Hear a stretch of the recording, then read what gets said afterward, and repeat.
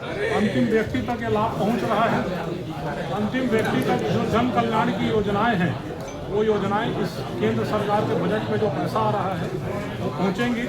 जनता का पैसा माननीय प्रधानमंत्री जी के नेतृत्व और मार्गदर्शन में जनता के सुख के लिए, जनता की समृद्धि के लिए और जनता के कल्याण के लिए खर्च होगा। आज का बजट क्या है आपका?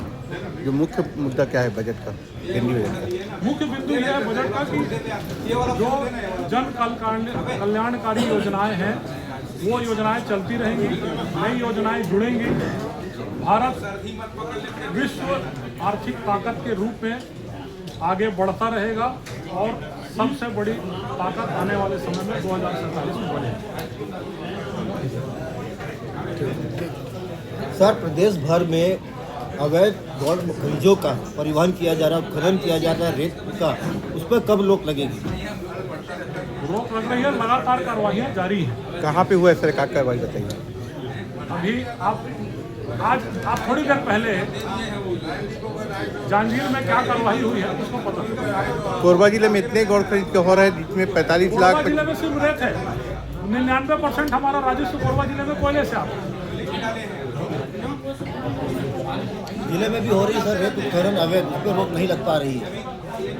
अवैध उत्खनन पर लगातार रोक लग रही है। अब कहीं पर पंचायत की परमिशन है, ये शेड्यूल 5 का एरिया है तो पंचायतों को परमिशन दी जाती है। पंचायतों का अधिकार है शेड्यूल 5 के एरिया में। तो शेड्यूल 5 का एरिया का अलग कानून होता है, दूसरे क्षेत्रों का अलग कानून होता है। शहर में तो सर दिन भर ट्रैक्टर देखते हैं रेत भरे हुए परिवहन करते हैं, शहरों में दिन भर चलते हैं। आप ग्रामीण क्षेत्र की बात कर रहे हैं, शिकायत है स्पेसिफिक कहीं पर अगर हो रहा है तो बताइए। लेकिन अधिकारी कमी है बोलते हैं सर, जब भी बात करते हैं तो अधिकारी कमी है यहाँ पे। अधिकारी की कमी पिछले 5 साल में कोई भर्ती ही नहीं हुई और जितने भी हमारी सरकार भर्ती कर रही है तो धीरे धीरे अधिकारियों की कमी है। अभी तो हमारी सरकार इतनी सारे लोगों की भर्ती निकाली कि व्यापक परीक्षा नहीं करा पा रहा। लेकिन जिले में तो पूरे प्रभारी भर रहे हैं अधिकांश। प्रभारी नहीं है, कोई रेगुलर पोस्टिंग होती रहती है। जब उपलब्धता नहीं होती तो प्रभारी को भेजा जाता है। जब उपलब्धता आ जाती है, व्यापम से भर्ती हो रही है, पीएससी से भर्ती की प्रक्रिया चल रही है, भर्ती होती जाएगी, आते जाएंगे लोग। सर, छत्तीसगढ़ को हीरे से रॉयल्टी कब तक मिलेगी? आपको जल्द ही हीरे से रॉयल्टी छत्तीसगढ़। ये क्या उसके लिए आपने कोई अपने कार्य योजना में कोई डेडलाइन रखा है? उसमें डेडलाइन इसलिए रखा नहीं जा सकता क्योंकि ये प्रक्रिया चल रही है। प्रक्रिया में कितना समय लगेगा ये बोलना मुश्किल है। अब तक विलंब के लिए किसको जिम्मेदार मानते हैं आप? मामला चूंकि कोर्ट में था, कोर्ट में क्यों था, क्या था, इसलिए कोई भी कुछ नहीं कर सकता कोर्ट में। सर, रुपए कब तक मजबूत हो जाएगा? डॉलर का बढ़ता ही जा रहा है देखने को। हम सारे आर्थिक मापदंडों में मजबूत हैं, सबसे मजबूत है दुनिया में। और रुपए की जो परिस्थितियां हैं वो परिस्थितियां ऊपर नीचे चलती रहती है, वो व्यापार का मामला है। रिजर्व कम हो जाता है, रिजर्व ज़्यादा हो जाता है, कभी डॉलर मजबूत हो जाता है, कभी कोई करेंसी मजबूत हो जाती है, उस पर चलता रहता है रुपये का। बट जितने फॉरेन करेंसी के रिजर्व हमारे पास हैं वो ऐतिहासिक रूप से इतने रिजर्व भारत में कभी नहीं थे। सर, ये ट्रेड डील में अटल जी और मनमोहन सिंह के समय 3% था और 18%, इसको थोड़ा अपने नज़रों से स्पष्ट करिए ना। ट्रेड डील के तो आपको पूरा वास्तविक उसमें देखना पड़ेगा। ट्रेड डील क्या है, किसमें जीरो हुआ, कितने एरियाज में आपको जीरो मिला, कितने एरियाज में उन्होंने आपको जीरो करके दिया, कितने एरिया में आपको ट्रेड की जरूरत है। तो ट्रेड डील होती है। मनमोहन सिंह जी के टाइम पर और बाकी टाइम पर तो WTO चलता था। अब WTO तो खत्म हो गया, तब तो एक ट्रेड डील होती थी, वर्ल्ड ट्रेड ट्रीटी ऑर्गेनाइजेशन चलता था। अब WTO खत्म हो गया, तब टैरिफ की लड़ाई चलती थी कि स्टैंडर्ड टैरिफ होना चाहिए। अब अलग अलग टैरिफ नेगोशिएशन चल रहा है, अलग अलग टैरिफ नेगोशिएशन अलग अलग ढंग से चल रहा है। Okay, thank you. वो बजट प्रोड्यूस की है पार्लियामेंट। पुरानी पार्लियामेंट में भी उन्होंने बजट पढ़ा और नई पार्लियामेंट में बजट पढ़ा। दोनों पार्लियामेंट में पढ़ने का भी उनका एक रिकॉर्ड है। जितने नंबर पर बजट लगातार उन्होंने पढ़ा, ये भी एक रिकॉर्ड है। और आप जब बजट को देखिए तो बजट पहले जो बजट आते थे और इन बजटों में जो फर्क आने लगा, रेलवे का बजट भी सामूहिक होकर एक ही बजट आने लगा। एक दिन पर निर्धारित बजट था। माननीय प्रधानमंत्री जी के आने के बाद बजट का जो समय था वो बदला गया। पहले जो बजट का समय था वो लंदन के हिसाब से बजट का समय था और भारत के हिसाब से बजट का समय था। तो ये सारी चीज बदलाव हुई। और अगर आप बजट को देखें तो बजट में जो मूलभूत बदलाव आ रहा है भारत में, कल आप सभी लोगों ने देखा कि प्रधानमंत्री जी ने एक नए भवन में प्रवेश किया और नए भवन में जब प्रवेश किया तो 4 प्रमुख चीजें हुई। वो सारी प्रमुख चारों चीजें अंतिम व्यक्ति के लिए की गई जो पहले 4 आदेश हुए। तो एक कर्तव्य भवन में जाने के बाद जो पहला बजट जो आया, बजट में अगर आप पढ़िए तो बजट में बहुत सारी चीजें बदल गई हैं। पहले ये बोला जाता था कि लोक लुभावन बजट है, अब ये कहना जाता था कि जन कल्याण का।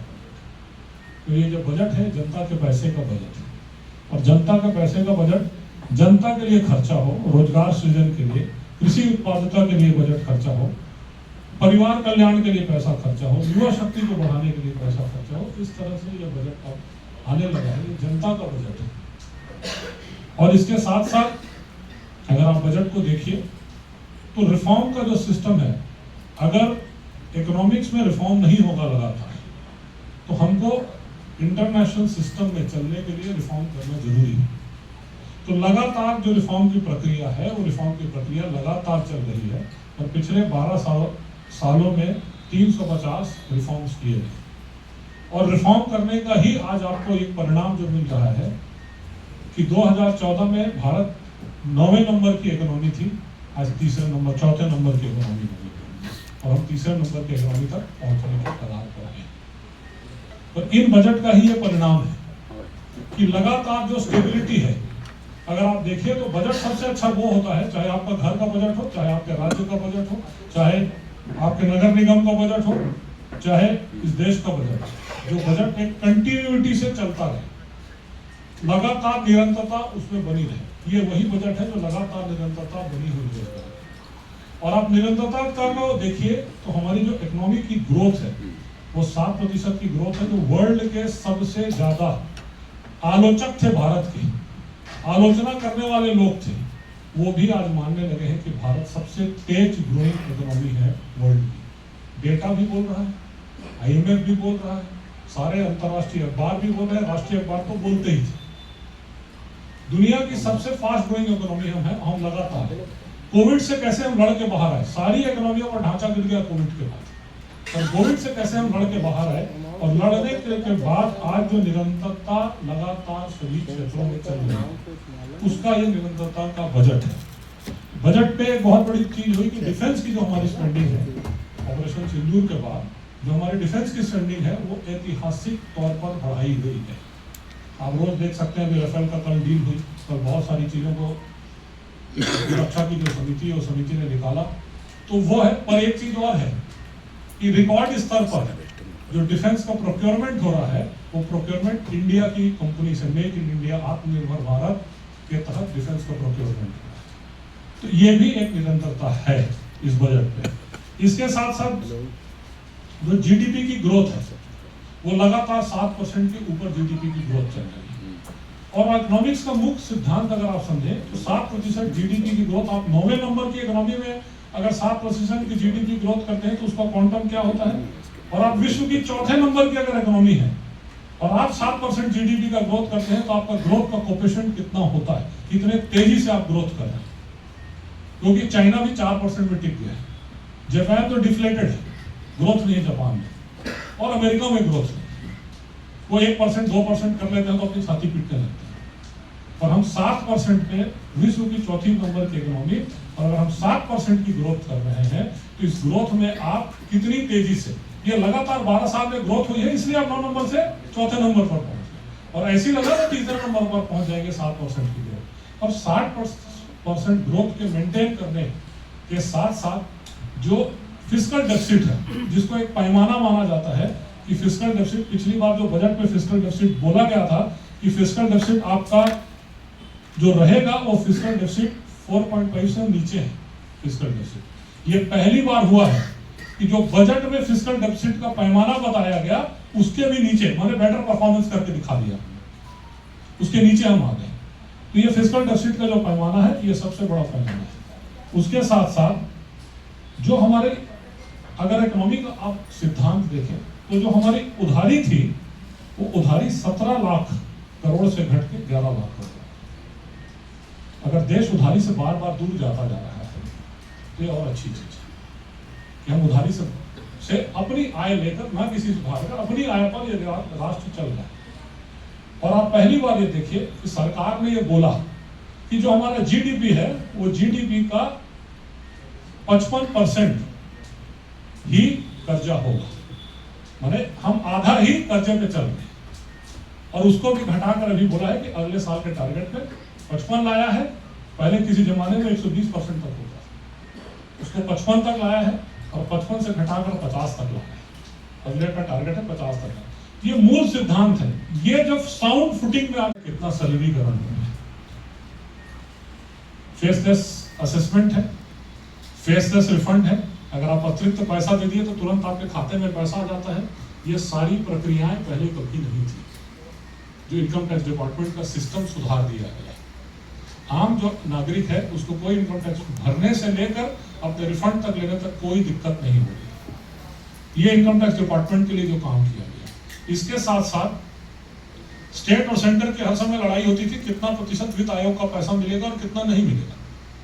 तो जो वित्त आयोग का पैसा है, वो वित्त आयोग का पैसा 16th फाइनेंस कमीशन में 41% जो पैसा है वो वापस आएगा। पहले 32 होता था, अब 41 कर दिया। 16th फाइनेंस कमीशन की रिपोर्ट को एक्सेप्ट करके 41%। तो ये जो मूलभूत सुविधाएं और मूलभूत बदलाव आ रहा है। शिक्षा के क्षेत्र में आप देखिए, कैपिटल एक्सपेंडिचर के क्षेत्र में देखिए, ऐतिहासिक कैपिटल एक्सपेंडिचर हो रहा है। अगर आप बजट को देखिए तो बजट में 3 तरह से बजट को डिवाइड किया जाता है। एक रेवेन्यू एक्सपेंडिचर होता है, सरकार चलाने के लिए जो खर्चा होता है। एक होता है जो खर्चा होता है जिसको एक और परिभाषा बोली जाती है कि कमिटेड एक्सपेंडिचर। पेंशन आपको देना है, सैलरी आपको देनी है, कोई आप इससे बच नहीं सकते, तो ये कमिटेड एक्सपेंडिचर है। और तीसरा होता है कैपिटल एक्सपेंडिचर। कैपिटल एक्सपेंडिचर सड़क, रोड, बिजली, पानी के लिए आप खर्चा करते हैं। तो कैपिटल एक्सपेंडिचर ऐतिहासिक तौर पर है प्रतिशत ऑफ जीडीपी। 4 से 5% अगर हम कैपिटल एक्सपेंडिचर कर रहे हैं हमारे जीडीपी पर, तो आप सोच सकते हैं कि कितना पैसा खर्चा होगा। और उसका आपको उदाहरण आप देते हैं, आप देखिए भारतमाला एक्सप्रेस हाईवे कैसे हुई। जितने कोरबा में आने वाले लोग हैं बोलते हैं रायपुर से कैसे आते हैं और 40 मिनट में कोरबा आ जाते हैं। ये भारतमाला एक्सप्रेस हाईवे क्या है? ये कैपिटल एक्सपेंडिचर का परिणाम। आज सरकार कैपिटल एक्सपेंडिचर में इस चीज को बोल रही है कि हम इकोनॉमिक कॉरिडोर बना रहे हैं, और भारतमाला एक्सप्रेस हाईवे तो धनबाद से लेकर विशाखापट्टनम की इकोनॉमिक कॉरिडोर है। हम तो इसके बीच में, तो ये इकोनॉमिक कॉरिडोर बन रही है। तो ये इकोनॉमिक कॉरिडोर का पैसा कहां से आ रहा है? ये कैपिटल एक्सपेंडिचर जो बजट से हो रहा है उसका पैसा आ रहा है। आज ये छत्तीसगढ़ के लिए इस बजट में एक सौगात जो मिली है, जो ये माइनिंग का क्षेत्र है, क्योंकि मैं माइनिंग का सीएमडीसी का चेयरमैन हूं, तो हमारे लिए अच्छी सौगात ये थी कि आज मिनरल की डेडिकेटेड कॉरिडोर बनेगी। मिनरल इवैक्यूएशन एक समस्या होती है, तो मिनरल इवैक्यूएशन के लिए अलग से बजट बनाकर अलग से एक डेडिकेटेड मिनरल इवैक्यूएशन की कॉरिडोर भी बन रही है। तो इस ढंग से जो कैपिटल एक्सपेंडिचर हो रहा है वो ऐतिहासिक तौर पर हो रहा है, और उस कैपिटल एक्सपेंडिचर के माध्यम से इकोनॉमी में मूवमेंट आ रहा है। ये एक ऐसी सरकार है, दुनिया में सारी जो सरकारें थी जिन्होंने जीएसटी लागू किया और सरकार बाहर हो जाती थी, मोदी जी की सरकार ने हिम्मत किया, जीएसटी लागू किया, और जीएसटी लागू होने के बाद दुनिया का अकेला उदाहरण है, जीएसटी सबसे बड़ा इनडायरेक्ट टैक्स का सुधार था, और सरकार बेटर से बेटर जीएसटी भी कर रही है। आपने देखा जीएसटी में कैसे जीएसटी काउंसिल पर जाकर कैसे सुधार किया गया, कैसे बहुत सारी चीजों को सुधारा गया। एक योजना पीजीएलआई है, प्रोडक्शन लिंक्ड इन्वेस्टमेंट स्कीम। तो एमएसएमई को कैसे बढ़ाया जा सकता है, एमएसएमई से एक्सपोर्ट को कैसे बढ़ाया दिया जा सकता है, और प्रोडक्शन लिंक्ड स्कीम के साथ कैसे बढ़ावा दिया जा सकता है, उसके लिए भी लगातार पैसे का अनुदान बजट के माध्यम से छोटे और लघु उद्योगों को दिया जा रहा है। आज का आधारभूत जो संरचना है उसमें मैं आपसे सारी चर्चा किया। फिर नई जो इकोनॉमी का सिस्टम है, सोलर पैनल को कैसे बढ़ावा दिया जाए, वाटर रिसाइकलिंग को कैसे बढ़ावा दिया जाए, आपके डाटा सेंटर्स को कैसे बढ़ावा दिया जाए, सेमीकंडक्टर्स को कैसे काम किया जाए, ये नई इकोनॉमी का सिस्टम है। तो सेमीकंडक्टर के लिए कैसे सब्सिडी दी जाए, डाटा सेंटर्स आके नए बनेंगे, डाटा सेंटर्स के लिए कैसे हम डाटा सेंटर बनाए। तो दुनिया के जो पूरे सिस्टम है उस सिस्टम में कैसे नई इकोनॉमी में हम काम कर सकते हैं, उसके लिए भी इस बजट में तरह तरह की व्यवस्था की गई है। इसके साथ साथ किसानों की जो व्यवस्था है, किसानों के साथ साथ one district one product, one district one agriculture produce की जो बात कही जा रही है, एक डिस्ट्रिक्ट एक प्रोडक्ट में हथकरघा में क्या किया जा सकता है, टेक्सटाइल एक्सपोर्ट में क्या किया जा सकता है, ये सारा चीज जो इंडिया का एक्सपोर्ट का एटमॉस्फेयर बने, हम ऐतिहासिक स्तर पर यहाँ से एक्सपोर्ट कर सकें, इंपोर्ट को कैसे हम बचा सकें, मिनिमम हमारा इंपोर्ट होना चाहिए जिसमें हमारा फॉरेन एक्सचेंज बच सके। और आज की डेट में सबसे ज्यादा अगर हमारे पास कहीं पर है तो फॉरेन एक्सचेंज हमारे पास आज की डेट में सबसे ज्यादा फॉरेन एक्सचेंज है। तो फॉरेन एक्सचेंज सारी इस बजट की जितनी भी ये काम है उस काम के तहत किया जा रहा है। इसके साथ साथ जन कल्याण की योजना है, दिव्यांगों के लिए अलग व्यवस्था, दिव्यांगों के लिए अलग कैंप। कल ही एक निर्णय लिया गया, जो निर्णय लिया गया कि अगर आपका एक्सीडेंट होता है तो 1.5 लाख तक कैशलेस इलाज किया जाएगा। इस तरह की जो जन सुधार की योजनाएं हैं, ड्रोन दीदी का कल निर्णय लिया गया, इस तरह की जो जन सुधार की भी योजनाएं हैं वो भी लगातार चल रही है। और एक बजट, ऐसा बजट, ऐसी व्यवस्था जो लगातार भारत को दुनिया की बड़ी इकोनॉमी बनाए। सारी तरह आप देख सकते हैं कि वैश्विक सिस्टम अलग अलग बदलता रहता है।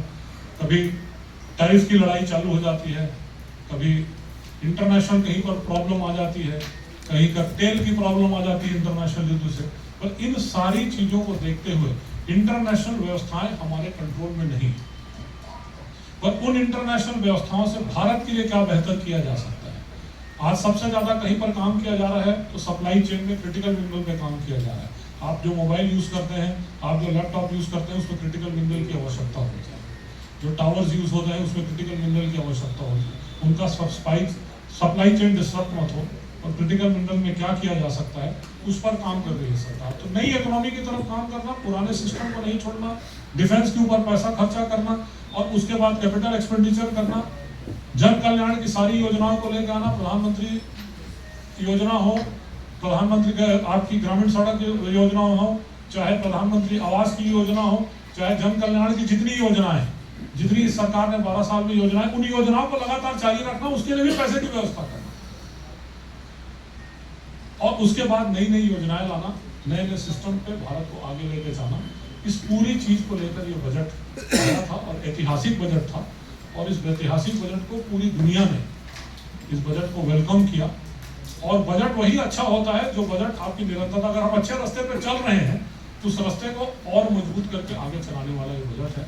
और निश्चित तौर पर आने वाले समय में इस बजट के आने के बाद अगला जो वित्तीय वर्ष आएगा जिसमें बजट लागू होगा, उस वित्तीय वर्ष में पूरे के पूरे वित्तीय वर्ष में 7% से ऊपर की जीडीपी ग्रोथ होगी। और इस तरह से अगर 7% की जीडीपी ग्रोथ लगातार होती रही तो आपकी पर कैपिटा इनकम भी बढ़ रही है। भारत की पर कैपिटा इनकम लगातार बढ़ती जा रही है। रोजगार के भी अवसर सृजन हो रहे हैं और रोजगार के अवसर के साथ साथ जो ऐतिहासिक रूप से लोगों ने गरीबी रेखा से लोग बाहर आए हैं इस 12 साल में, ये इस सारी ग्रोथ और इस बजट के बीच की ये बात है। जो बात मेरे को रखनी थी मैंने आपके बीच में रखी। नॉट शेल पे आपको कुछ अगर सौरभ जी, केंद्रीय बजट में 2047 की व्यवस्था के तहत यह किया जा रहा है। जो बजट दिख रहा है वो 2047 के लिए है। तो इसमें दो प्रश्न है मेरे। एक तो छत्तीसगढ़ के हिसाब से जो रेलवे का है, कोल इंडिया का है, ऊर्जा मंत्रालय का, यह बहुत उतना काम छत्तीसगढ़ में दिखता नहीं ठीक से। रेलवे वाले बहुत परेशान हैं। और दूसरा प्रश्न ये है कि आयुष्मान के लिए, कार्ड के लिए 70 साल के पैसा भी दिए हैं और आयुष्मान कार्ड चल रहा है। और आयुष्मान कार्ड में पैसा कभी सेंटर से आता है, पैसा राज्यांश का राज्यांश जोड़ के फिर आयुष्मान कार्ड को भुगतान होता है। ये केंद्र सरकार ने लागू किया है वास्तव में, उसको यहाँ बंद कर दिया गया छत्तीसगढ़ में। केंद्र सरकार का कारण ये है कि जो पेमेंट होता है पेमेंट के लिए भी एक व्यवस्था है। देखिए, कोई भी चीज अगर लॉगिन होके जाती है तो उसको चेक भी तो करना आवश्यक है। फिर ये भी तो समस्या आती है कि भाई पेमेंट सही हो रहा है कि गलत हो रहा है। लेकिन रेलवे का इतना बड़ा व्यापक हुआ है तो ऐसे छत्तीसगढ़ में ये स्थिति है कि वास्तव में देखा गया है कि कोरबा और चांपा और ये बिलासपुर के पूरे जोन में रेलवे बहुत ही खराब स्थिति में है। ऐसा फिर बजट कैसे हम लोग माने? 4 रेल कॉरिडोर का काम चालू हो गया है जो पिछले बार में रुका हुआ था। पिछली 5 सालों सरकार ने नहीं चलाया। एक आपके यहाँ से पेंडर रोड का रेल कॉरिडोर है, एक रेल कॉरिडोर खर्चिया से नया रायपुर है, एक रेल कॉरिडोर चालू हो गया। तो माननीय मंत्री जी बैठे, मैं जिम्मेदारी से बोल रहा हूँ कि उसके ऊपर काम चालू हो गया। खरसिया का ही जो नई खरसिया का चालू हो गया। के दोनों तो सालों से वो प्रोजेक्ट आते रहे और उनका काम चल रहा है। ईस्ट और साउथ ईस्ट तो पिछले 5 साल गवर्नमेंट ने काम नहीं किया। अब एक रेल कॉरिडोर को लाने में भूमि अधिग्रहण करना पड़ता है, बहुत सारे फॉरेस्ट की क्लियरेंसेस करने पड़ते हैं। तो इसलिए अब फिर से सरकार ने काम चालू किया। तीसरा प्रोजेक्ट है वो एक और रेल कॉरिडोर का प्रोजेक्ट है, वो है नारायणपुर से जगदलपुर, रावघाट से जगदलपुर, वो तीसरा प्रोजेक्ट है, उस पर भी काम चालू होगा है। और चौथा प्रोजेक्ट है उसलापुर से लेकर डोंगरगांव, ये 4 रेलवे लाइन का प्रोजेक्ट है जिसमें बहुत तेजी से नई रेलवे लाइनों का काम चल रहा है। चौथी लाइन का जो काम चल रहा है वो चौथी लाइन का काम तेजी से चल रहा है। जो आपका चौथी लाइन का काम जो चल रहा है खड़गपुर से लेकर नागपुर तक, वो चौथी लाइन का काम चल रहा है। रेलवे में 2 चीजें, रेलवे में एक तो रेल में फ्रेट का क्या काम है और रेल में पैसेंजर का काम है। पैसेंजर सुविधाएं में आप देखिए कि बिलासपुर के रेलवे स्टेशन जो डिवीजन का स्टेशन उसका क्या है, बाकी कितनी जगह, सब जगह रेलवे स्टेशन, आज 100 रेलवे स्टेशन को यहाँ पर चिन्हित किया गया। 12 रेलवे स्टेशन, आप अकलतरा आके देखिए 12 रेलवे स्टेशन को कैसे अमृतकाल का रेलवे स्टेशन बनाते हैं। तो 12 रेलवे स्टेशन पहले पिक किया गया, उसके बाद अब 100 रेलवे स्टेशन पे काम चल, 12 में काम खत्म हो गया, अब सारे रेलवे स्टेशन में काम चालू कर रहा है। अमृतकाल का रेलवे स्टेशन पे खर्चा किया जा रहा है। तो एक एक्स्ट्रा रेल की व्यवस्था, चौथी लाइन बनाना, एक्स्ट्रा रेल लाइन बनाना और रेलवे स्टेशन की व्यवस्था को सुधारना, इस पर लगातार रेलवे में काम चल रहा है। अध्यक्ष जी, बजट पे आप बोल रहे हैं तो बढ़ती हुई बेरोजगारी, ऊंची महंगाई और जो है बढ़ता हुआ देश पर आम आदमी पर कर्ज, उसके बाद भी बजट के बहुत से फायदे गिना रहे हैं आप। तीनों चीजों का एक-एक करके आप पूछिएगा, तीनों को। पहली चीज आप बोले महंगाई, बढ़ती हुई बेरोजगारी और ऊंची महंगाई नहीं, मैं ऊंची महंगाई की बात कर रहा हूं। महंगाई 2 ढंग से कैलकुलेट होती है, होलसेल प्राइस इंडेक्स और कंज्यूमर प्राइस इंडेक्स, WPI और CPI। WPI और CPI ये पूरे दुनिया के मानक बता रहे हैं।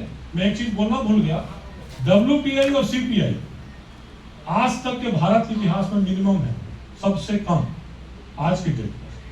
और इकोनॉमिक्स अगर आप पढ़िए, कुछ इस हॉल में कोई आदमी पढ़ा होगा इकोनॉमिक्स को, इकोनॉमिक्स का एक क्लासिक सिद्धांत होता है, economic growth with less inflation. तो ये लेस इन्फ्लेशन और इकोनॉमिक ग्रोथ की जो ग्रोथ है, ये इकोनॉमिक का सिद्धांत सिखाया जाता है। ये भारत में आज तक नहीं हुआ है और पिछले 25 साल में किसी दुनिया की इकोनॉमी में नहीं हुआ है। अगर आप 7%, 8%, 9% की ग्रोथ लाते हो तो कहीं ना कहीं इन्फ्लेशन, महंगाई दर भी चढ़ता है ऊपर। पर यह पहली चीज बात है सर, जो मानक हैं वो मानक यही बोल रहे हैं, ये पहली बार हुआ है। तो महंगाई की बात जहां तक 7% GDP 7% उसी से भी रहेगा। 7% GDP की ग्रोथ है, इसी का भी रहेगा। 7% नहीं, 7% GDP की ग्रोथ है और आपका जो WPI CPI वो मिनिमम है। अदरवाइज इकोनॉमिक ग्रोथ ऊपर चढ़ती है। दुनिया में बहुत सारे देशों ने, हमारे देश ने भी इकोनॉमिक ग्रोथ 7%, 9% की भी देखी, पर 9% के टाइम में 7% आप गूगल में सर्च कर लीजिए, जब 9% रेट था इकोनॉमिक ग्रोथ का, तब आपका CPI और WPI का इंडेक्स क्या था? आम आदमी और गैप जो आपका था, गैप अगर रहेगा तब आपके पास एक्चुअल ग्रोथ होगी। जब आपका महंगाई कम है और आपकी फिजिकल, आपकी इकोनॉमिक ग्रोथ तेज है। महंगाई का नियंत्रण का क्यों अध्यक्ष जी? नहीं, GDP से नहीं होता, होलसेल प्राइस इंडेक्स बताया मैंने। ना, मैंने तो उसका उदाहरण दिया, जो ना महंगाई किया तो मैंने बोला होलसेल प्राइस इंडेक्स और कंज्यूमर प्राइस इंडेक्स। अब गूगल में खोल के देख लीजिए, ये ऐतिहासिक कौन से कम है अध्यक्ष जी, CPI और WPI। अध्यक्ष जी, मैं आम आदमी पर देश पे बढ़ता हुआ कर्ज, एक सेकंड, आप बोले ना कर्जा, मैं कर्जा का आपको डाटा बताता हूँ। आप गूगल पे सर्च कर लीजिए, मिनिमम कर्जा है, मैंने आपको कर्जे का एक फिगर बताया, GDP का 55%, जो GDP का 50% हो जाएगा। भारत की आजादी में इतना कम कर्जा नहीं था सरकार के ऊपर। जो सरकार के ऊपर कर्जा होता है उसको डिवाइड कर दीजिए बाय परसेंट, नंबर पॉपुलेशन के, वही पर आदमी का कर्जा होता है। अच्छा, एक चीज बताइए अध्यक्ष जी, एक बजट में इतनी अच्छी व्यवस्था सरकार ने दिया है, तो फिर एक चीज बताइए, 140 करोड़ देशवासियों में से 80 करोड़ लोगों को राशन मुफ्त में क्यों दिया जा रहा है? देखिए, राशन मुफ्त में देना ये सरकार का निर्णय है। अगर हमारे पास अतिरिक्त, आप बोलेंगे अब कोरोना काल में क्यों अतिरिक्त राशन दे दिया, अब जरूरत थी कोरोना काल में तो दे दिया राशन, अतिरिक्त राशन। अगर किसी को कोई सुविधा मिल रही है तो सुविधा मिल रही है। अगर देश है, आप विदेश चलिए, विदेश में तो सारी चीज सब्सिडाइज होती है, उनकी इकोनॉमिक ग्रोथ है। आप स्कैंडिनेवियन कंट्रीज में चलिए, हर चीज सब्सिडाइज होती है। तो ग्रोथ का तो ये पैमाना होता है ना, कि अगर हम सब्सिडी में लोगों को बांट सकते हैं, अपने जनता को, अगर पब्लिक को अगर सस्ते में कोई चीज मिल रही है, सब्सिडी मिली, तो क्या समस्या? वो गरीब आदमी है 80 लाख, वो गरीबी का पैमाना नहीं है। आप गरीबी का पैमाना अलग ढंग से देखिए। गरीबी के पैमाने के लिए वो आदमी गरीब नहीं हो, एक अलग फिर विषय है, अलग चर्चा का विषय है कि आप किसको दे रहे हैं कि किसको नहीं। वो जो 80 लाख आदमी है उसमें APL कार्डधारी भी है, उसमें एपीएल कार्डधारी भी है। 80 करोड़ लोगों में एपीएल कार्डधारी भी है। और एपीएल कार्डधारी बहुत सारे ऐसे लोग हैं जो राशन उठा रहे हैं, जो टैक्स में भी हैं। सौरभ जी, आप एक जिम्मेदार इस पद पे हैं, उद्योग मंत्री जी भी हैं हमारे। छत्तीसगढ़ को लेकर और कोरबा को लेकर 2 बार एक सेमीकंडक्टर के लिए यूनिट के लिए स्थापना हो रही है और जो केंद्रीय बजट से भी जुड़ी है, और दूसरी एआई। कल ही मार्केट 1000-1200 पॉइंट गिर गया। कहा जा रहा है कि एआई का बहुत बड़ा इफेक्ट होने जा रहा है आईटी सेक्टर को। एआई के लिए इस बजट में रिसर्च के लिए जो जानकार लोगों का कहना है कि रिसर्च के लिए कोई अलग से आवंटन भारतीय एआई डेवलप करने के लिए नहीं है, पहली चीज़। दूसरी चीज़, जब सेमीकंडक्टर की बात होगी तो उसके साथ साथ ऊर्जा बहुत ज़्यादा लगेगी, तो उसके लिए कोई मिशन मोड में काम नहीं हो रहा है कि बिजली जो है वो ऊर्जा के लिए अगर हम सेमीकंडक्टर का इस्तेमाल करेंगे तो उतनी ही ऊर्जा लगेगी।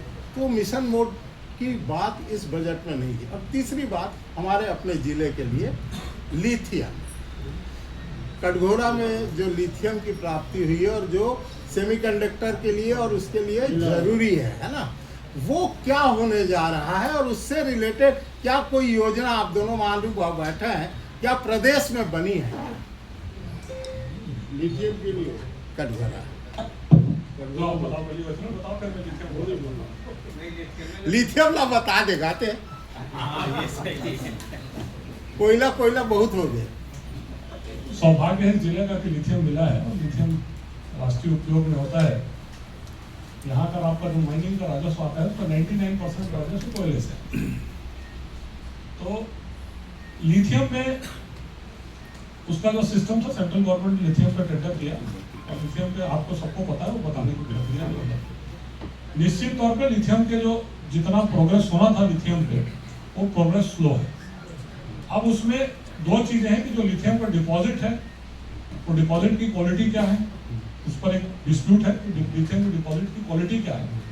और लिथियम और ग्रेफाइट के साथ 2 बड़ी चीजें हैं, जो ये है कि उसमें जो टेक्नोलॉजी अपग्रेडेशन चाहिए, वो टेक्नोलॉजी अपग्रेडेशन और टेक्नोलॉजी ट्रांसफर का काम चल रहा है।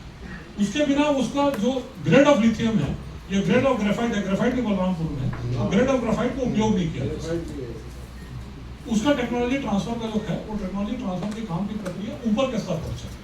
जब तक वो टेक्नोलॉजी ट्रांसफर हमारे पास नहीं आएगी, मैं इसीलिए क्रिटिकल मिनरल और बाकी चीज की बात कर रहा था कि टेक्नोलॉजी ट्रांसफर जब तक हमारे पास नहीं आएगी, तो जो लो ग्रेड का मटेरियल भी अगर हमारे पास है, उसको कैसे अपग्रेड करके यूज किया जा सकता है। वो जब तक टेक्नोलॉजी ट्रांसफर नहीं आएगी, आप समझिए टेक्नोलॉजी ट्रांसफर और ग्रेड को कैसे अपग्रेडेशन करें, उस पर ही सारी गाड़ी अटकी हुई है। क्या कंपोजिट लाइसेंस दिया गया, केंद्र ने नीलामी की। कंपोजिट लाइसेंस का मेरे से बेहतर आप जानते हैं, उनको ही वो करना है और वही खनन भी करेंगे।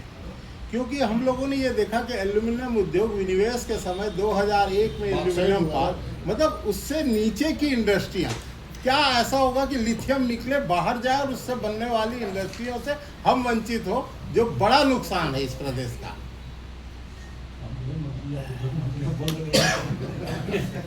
चलिए हम अपने मंत्री जी से बाद में बात कर लेंगे, कभी बात कर लेंगे अपने मंत्री जी से। देखिए, इस प्रदेश में बहुत सारा खनिज है और माननीय मंत्री जी, उद्योग मंत्री यहाँ पर बैठे हैं, तो खनिज विभाग और उद्योग विभाग इस चीज के साथ कोऑर्डिनेट कर रहा है कि जो खनिज यहाँ से निकल रहा है उसका वैल्यू एडिशन भी यहाँ पर हो, यहीं पर वैल्यू एडिशन हो।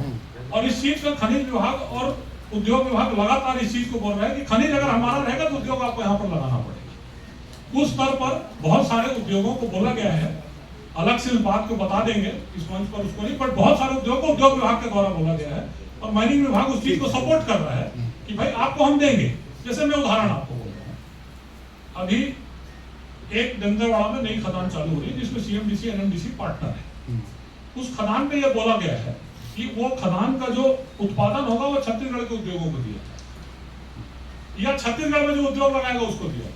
अभी एग्जिस्टिंग को दे दीजिए, नया आदमी आएगा उसके लिए नया आदमी का इन्वेस्टमेंट तभी आएगा जब उसको ये अश्योरिटी होगी कि मेरे को रॉ मटेरियल आयरन ओर बिल्कुल दूसरी जगह भेज देते हैं आपको, अब तो उसी की प्रक्रिया को आयरन ओर को देखिए जैसे ग्राफाइट की बलरामपुर में ग्राफाइट की 3 खदानें हैं। अब 3 खदाने में जो ग्राफाइट के लिए इन्वेस्टमेंट चाहिए और प्राइवेट प्लेयर इतना बड़ा इन्वेस्टमेंट नहीं कर सकता। ग्राफाइट एग्रीगेशन का 5-6 हजार करोड़ का प्रोजेक्ट आता है, तो सरकार ने इस बात को बोला है, माननीय मंत्री जी ने बोला है इस बात को कि कोल इंडिया आगे ग्रेफाइट का लगाए। कोल इंडिया उस प्रक्रिया को चालू कर रहा है, कोल इंडिया के पास पैसा है, वो ग्रेफाइट अपग्रेडेशन की वो प्लांट लगाए और बाकी जो ग्रेफाइट उत्पादक है वो ग्रेफाइट कोल इंडिया के प्लांट को दे देंगे ग्रेफाइट।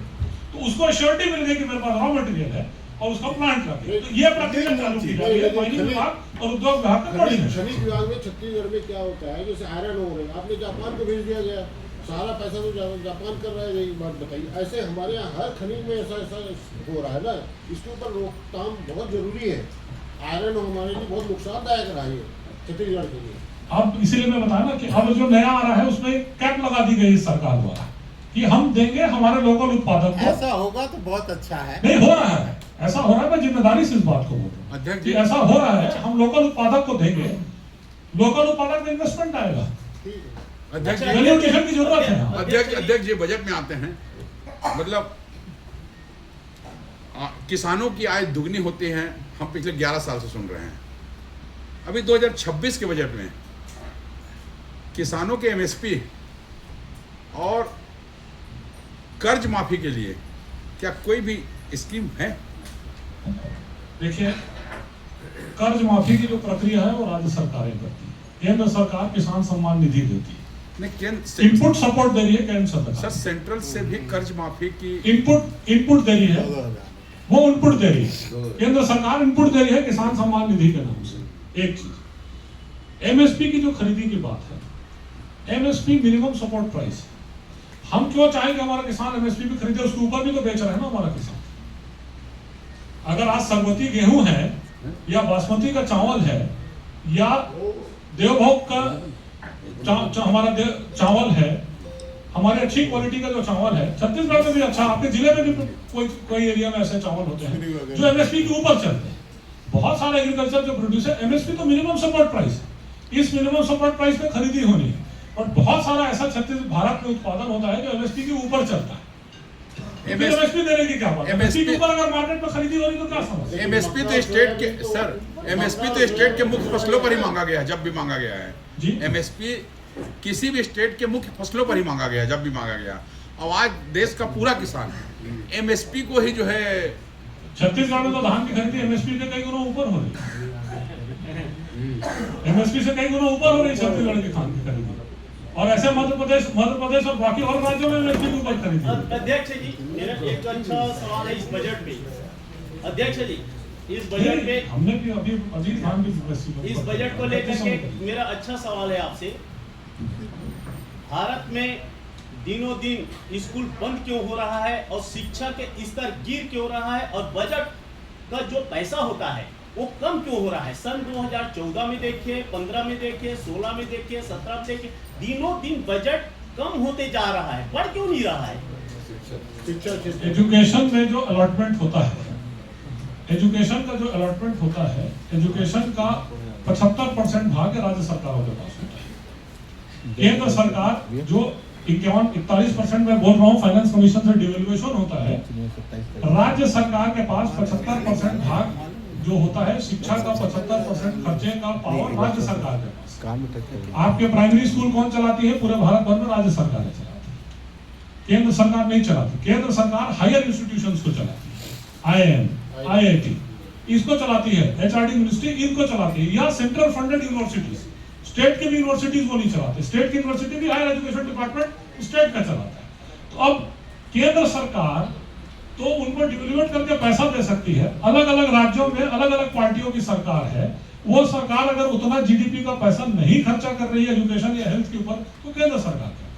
अच्छा अध्यक्ष जी, इसी से जुड़ा हुआ है, हमारे भी राज्य में तो 10,000 स्कूल बंद हुए, क्यों हो गया? फिर 10,000 से अधिक प्राइमरी स्कूल को संलग्नीकरण किया टीचर नहीं होने के कारण। कोई स्कूल बंद हुआ है भाई, कौन बता देगा आपको? टीचर नहीं होने के पूरा कारण छत्तीसगढ़ में आप खोज के बता दिए कौन सा स्कूल बंद हुआ है। एक भी स्कूल कोई भी बंद हुआ है। टीचर लोग का करंट जरूर हुआ है, जहाँ टीचर की कमी थी। 10 स्कूल बता दीजिए आप, 10,000 केंद्रीय बजट में छत्तीसगढ़ को कितना फायदा हो रहा है? क्या लाभ हो रहा है, क्या फायदा हो रहा है, इसको बताइए थोड़ा। नहीं लाभ है छत्तीसगढ़ को, पैसा आ रहा है ना छत्तीसगढ़ में, 41% का पैसा आपको मिल रहा है। आपको सबसे बड़ा लाभ जो केंद्रीय बजट से ये हुआ कोयले का जो सेस था वो बंद हो गया, वो मिल गया आपको, तो 3000 करोड़ तो ऐसे ही मिल गया, सबसे बड़ा लाभ। वो डिमांड है भैया, वो तो डिमांड है, वो तो वो देखिए वो कमोडिटी का कितना रेट बढ़ रहा है, कमोडिटी का क्या रेट बढ़ रहा है, वो तो समय कॉपर को कोई लेने वाला नहीं था, टिन को कोई लेने वाला नहीं था, कोई मारामारी थी। अब वो सेमीकंडक्टर आ गया तो कॉपर टिन की मारामारी, वो तो साइकिल है, मेटल का साइकिल चलता रहा। सर, खनिज विकास निगम अध्यक्ष के बतौर इस छत्तीसगढ़ में आपका इनोवेटिव प्लान क्या है? छत्तीसगढ़ में इनोवेटिव प्लान है जी, किस दिशा में बताऊं आपको? मतलब पूरे स्टेट के डेवलपमेंट के लिए? फाइनेंस के लिए बताऊं? नहीं, बिल्कुल सुनिए ना, पैसा रेवेन्यू का बताऊं? नहीं, पैसा रेवेन्यू फाइनेंस बिल्कुल उसको आप लोग रखिए, हमको केवल बताइए मत कि उससे स्टेट के लोगों को, मान लीजिए उसमें एक सवाल है कि आपकी क्या बोलते हैं जो माइनिंग लीज है उसमें यूथ के लिए, छत्तीसगढ़ियन के लिए क्या स्कीम्स हैं, या जो माइनिंग के स्कीम्स हैं कुछ उसके माइनिंग से इफेक्टेड एरियाज के लिए क्या है आपके अपने डेवलपमेंट अथॉरिटी से? हमारी डेवलपमेंट अथॉरिटी जो देखिए काम कर रही है बस्तर में, Chhattisgarh mineral development corporation Bastar में टीम होता है। भारत के किसी भी राज्य में किसी भी जगह टीम नहीं होता। और Madhya Pradesh mineral development corporation का जब पहला काम 1964 में हुआ था तो टीम खरीदी बस्तर से चालू हुई। किसान से हम किसी भी किसान या बस्तर के किसी आदिवासी से जो टीम खरीदते थे उस टीम का रेट 600 रुपए था, उसको हमने चेंज करके लंदन मेटल एक्सचेंज के साथ जोड़ दिया। आज इस महीने की खरीदी 2200 रुपए, 2200 नहीं थी जेब में।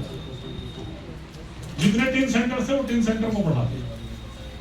टीम सेंटर में जो हम खरीदी करते थे तो समस्या क्या होती थी, वही ब्लास्टर हो जाएगा, रिगर हो जाएगा, फिटर हो जाएगा, डोजर ऑपरेटर हो जाएगा, तो उसको ज्यादा मिलता है पैसा। इसलिए स्किल डेवलपमेंट का काम कर रहे हैं, स्किल डेवलपमेंट के सेंटर्स खुलेंगे, स्किल डेवलपमेंट के सेंटर्स यहाँ पर खुलेंगे, आपके यहाँ भी खुलेगा, आपके जिले में स्किल डेवलपमेंट सेंटर, और उसमें कोई डीएमएफ का पैसा नहीं लगेगा, वो सब कोल इंडिया के साथ पैसे पे।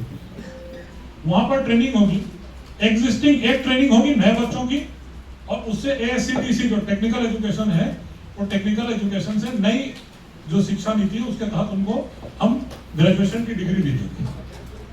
अगर उस स्किल ट्रांसफर सेंटर में पढ़ेगा तो ग्रेजुएशन की डिग्री लेके जाएगा। और AICTC के साथ जो एग्जिस्टिंग आदमी है, मान लीजिए अभी कोई जो डोजर ऑपरेटर है CCL में, उम्र उसकी 45 साल हो गई, उसका स्किल अपग्रेडेशन करना है, और स्किल अपग्रेडेशन से उसकी स्केल की सैलरी बढ़ जाएगी, वो भी काम होगा।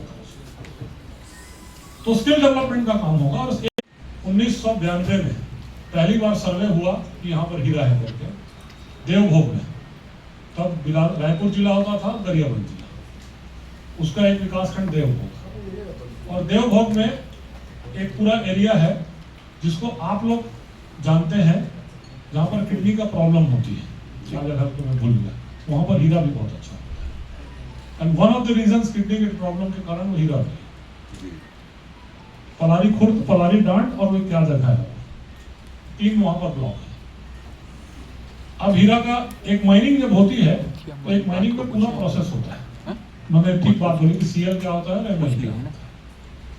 तो पूरी प्रक्रिया में एक्सप्लोरेशन होता है, माइनिंग प्लान बनता है, GR प्लान बनता है, सारी चीजें होती है।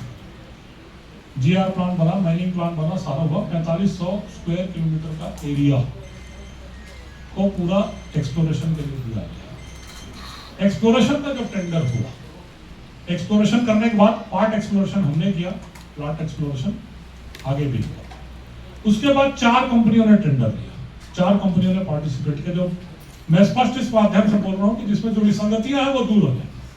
4 कंपनियों ने टेंडर लिया, एक रियो टिंटो थी, एक BHP थी, एक BVRS थी, और एक B विजय कुमार भरत शाह की कंपनी। भरत शाह की कंपनी को टेंडर मिला। भरत शाह की कंपनी को टेंडर इसलिए मिला क्योंकि भरत शाह की कंपनी ने सबसे अट्रैक्टिव स्कीम दी, और सबसे अट्रैक्टिव ये स्कीम दी कि जो रॉयल्टी राज्य सरकार को मिलेगी वो मिलेगी। 8% हिस्सा CMDC का रहेगा और 3% हिस्सा राज्य सरकार का रहेगा। इक्विटी भी जो नई कंपनी बनेगी उसमें इक्विटी की sweet equity, free hold equity, हम एक भी पैसा नहीं लगाएंगे, 8% CMDC का, 3% राज्य सरकार। ये और किसी बहुराष्ट्रीय कंपनियों ने नहीं दिया। अब उसके बाद उसमें काम चालू हो गया। तत्कालीन प्रथम जो कांग्रेस की सरकार थी अजीत जोगी जी की सरकार ने उस टेंडर को कैंसिल कर दिया। जब उस टेंडर को कैंसिल कर दिया तो तब से लेकर आज तक वो प्रक्रिया कोर्ट में है।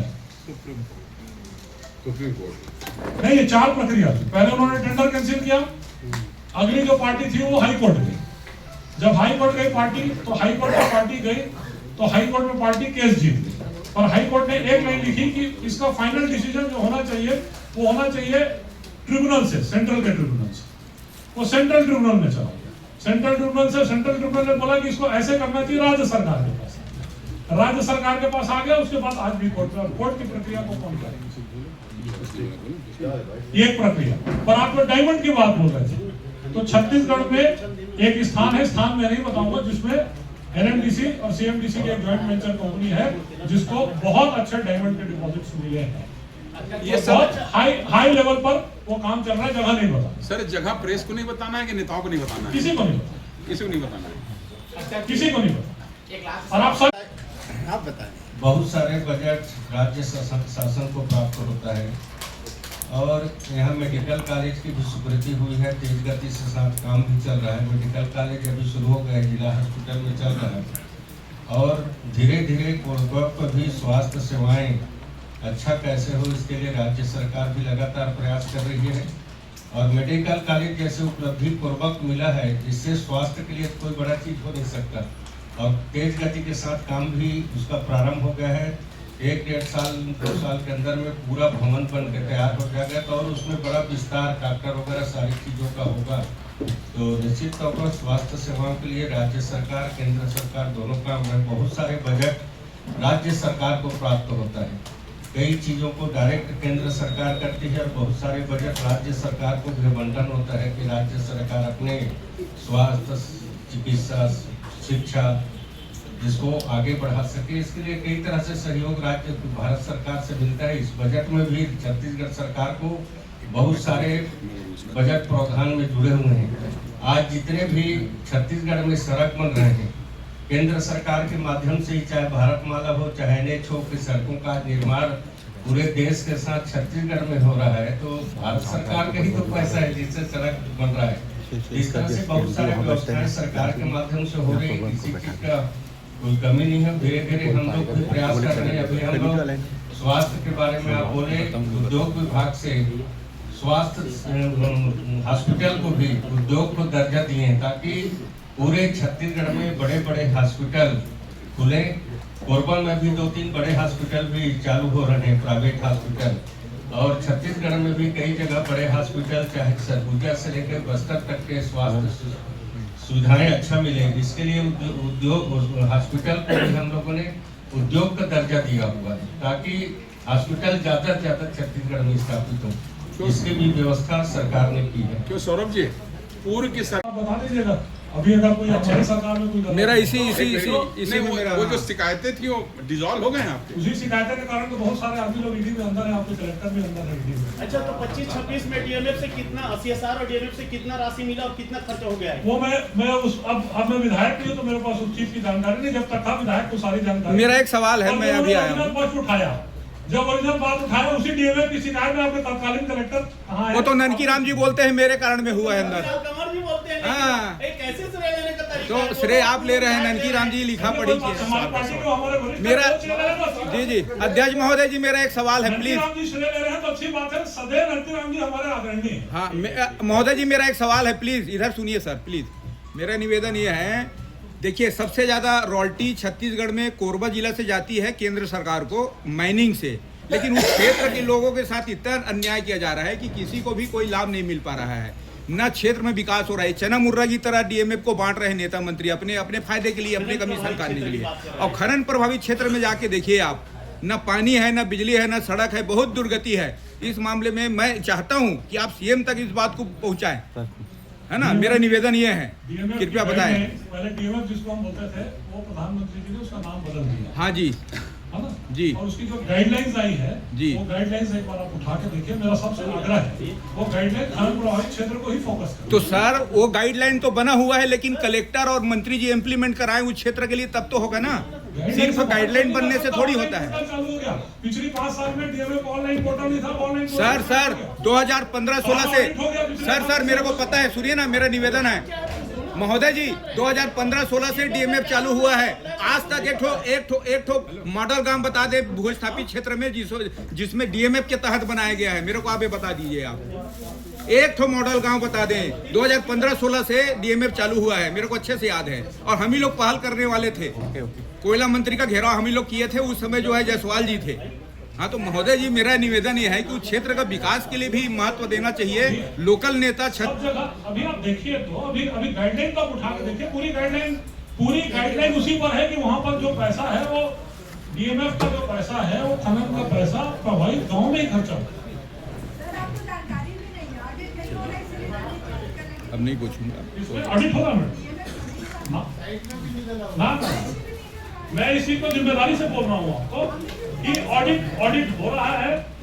अब ऑडिट की प्रक्रिया पिछली 5 साल में सरकार ने ऑडिट नहीं किया तो एक दिन में ऑडिट थोड़ी हो जाएगा। पिछली सरकार ने ऑडिट नहीं किया, एक भी साल ऑडिट नहीं किया, तो फिर ऑडिट में टाइम तो लगेगा ना। मेरे को देना ये हाईकोर्ट में लगा सकते हैं, हाईकोर्ट कभी भी याचिका डायरेक्ट